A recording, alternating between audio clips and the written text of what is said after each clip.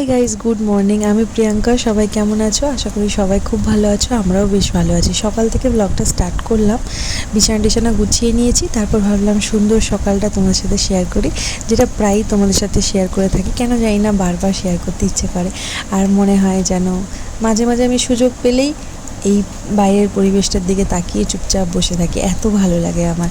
এমনকি আমার মেয়েও যখনই সুযোগ পায় তখনই এই জানালায় এসে বসে বসে হাঁস, মুরগি, পাখি এইসব দেখতে থাকে। ও আমার মতো খুব পছন্দ করে। তারপর দেখো কোথার থেকে জানি না বৃষ্টি চলে এলো, আর বৃষ্টি এলে তো আমার খুবই ভালো লাগে। আর বাপের বাড়িতে থাকলে তো বৃষ্টির মজাটাই আলাদা। ছোটোবেলায় সেই কথাগুলো যেন সিনেমার মতো একটার পর একটা সব কিছু মনে পড়ে যায়। সেই বৃষ্টিতে ভেজা দিনগুলোর কথা, পুতুল নিয়ে খেলা, স্কুল না যাওয়া।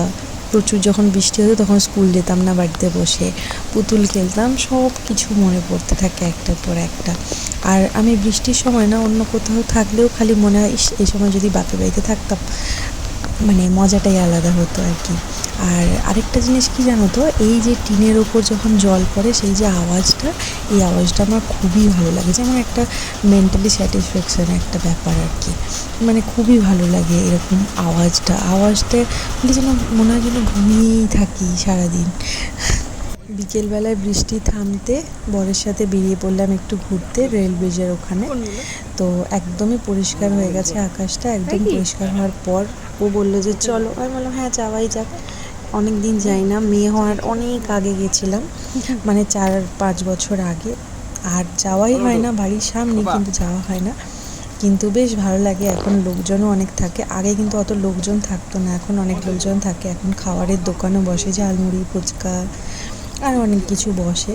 তো আমরা এখানে দাঁড়িয়ে মশলা মুড়ি, তারপর পাঁপড় এইসব খাচ্ছিলাম আর কি।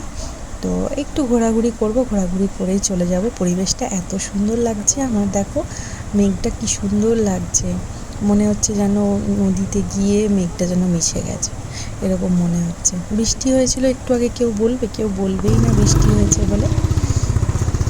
আজ বাইরে সেরকম কিছু খাবো না, কেন বলো তো? আজকে মা বাবার ট্রিট দিচ্ছে, মানে সেদিন অ্যানিভার্সারি হলো না, বললাম ভাইয়ের শরীরটা খারাপ ছিল, তো আজকে মা বানাচ্ছে পোলাও আর মাটন। তো বাড়িতে গিয়েই খাবো। মায়ের হাতের রান্নার টেস্টই আলাদা হয়। তারপর সেটা যদি হয় উনুনের, বিশেষ করে চিকেন, মাটন এগুলো কিন্তু উনুনের রান্না হলে না খুবই টেস্ট হয়। যারা খেয়েছে তারা জানো, যারা খাওনি তারা কিন্তু অবশ্যই খেয়ে দেখো, দারুণ লাগে খেতে। আর পোলাও হয়েছে আর মাটন হয়েছে, তোমাদেরকে তো বললাম। তো আজকে খাওয়া দাওয়া পুরো জমজমাট হয়ে যাবে। তো চলো আজকের মতো ভিডিওটা এখানেই শেষ করছি। ভালো লাগলে লাইক শেয়ার সাবস্ক্রাইব করতে কিন্তু একদম ভুলবে না। আজকের মতো টাটা।